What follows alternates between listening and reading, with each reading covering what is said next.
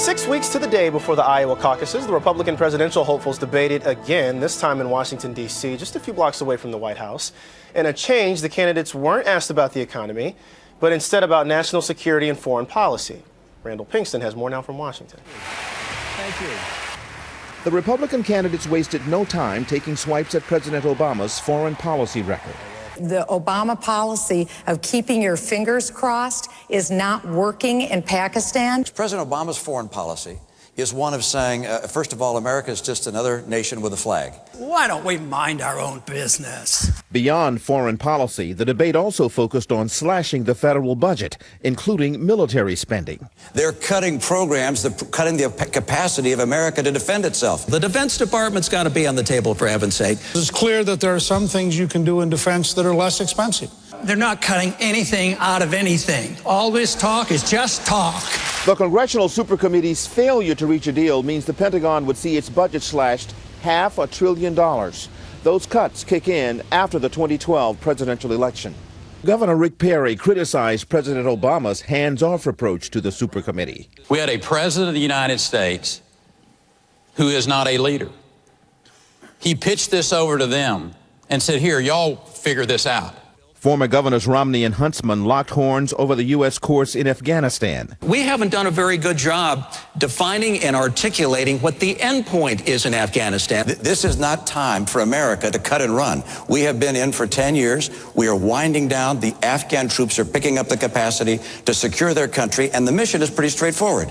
The GOP candidates have less than 2 months before voters in Iowa and New Hampshire cast their ballots. Randall Pinkston, CBS News, Washington. For more this morning, we're joined by CBS News Director of Elections, Anthony Salvanto. Anthony, good morning to you. Good morning. The topic's different this time around than we've seen in previous debates. It got the candidates off talking about their normal talking points when it came to the economy. How'd you think they did? Well, two things, very interesting. One is that, yes, the topics were largely foreign policy and the commander-in-chief test. But you notice a lot of the candidates tried to bring that back around to the economy. They often talked about military spending, foreign aid spending, and how that impacted the budget and the budget deficit back at home. So they tried to work that in. And, the second thing is that, remember, the commander-in-chief test is very important for Republicans, for all Americans, as they try to picture that contender in the Oval Office. Man making headlines here lately, Newt Gingrich. He's the leader now in the latest national poll. Is he the latest to surge to the top, or is this something that he can maintain? Well, it's really interesting. Newt Gingrich comes into this debate with high ratings on a lot of the topics that were discussed in it. You saw him do very well against the other Republicans in qualifications to be commander-in-chief, handling an international crisis. In our poll, he was rated very well among knowledgeability on foreign affairs, along with Mitt Romney, the other front-runner in a number of polls. So you saw each of those candidates try to play to those strengths, I think. Meanwhile, we have another poll that shows Mitt Romney with the lead in New Hampshire. Could we see a repeat of what we saw back in 2008 when he had the lead and lost it? Well, really interesting dynamic this year. You've got candidates putting stakes in the ground, some in Iowa, some clearly in New Hampshire. I think Romney is hoping on, counting on to win New Hampshire. So is John Huntsman. Others are trying to make a stand and get that momentum out of Iowa with its more conservative electorate. Historically, a non-incumbent Republican hasn't won both. So it could be interesting to see after those two states how the race goes on from there. You got Ron Paul, who differs vastly with other candidates on a lot of these topics. A lot of them said that they support the Patriot Act and the war on terror. Ron Paul said something totally different. Let's take a listen. I think we're using too much carelessness in the use of words that we're at war. I don't remember voting on a declaration of war. Oh, war against terrorism. Certainly appealing to the libertarian base. The question here, can he appeal more generally to Republican voters? How does that play out?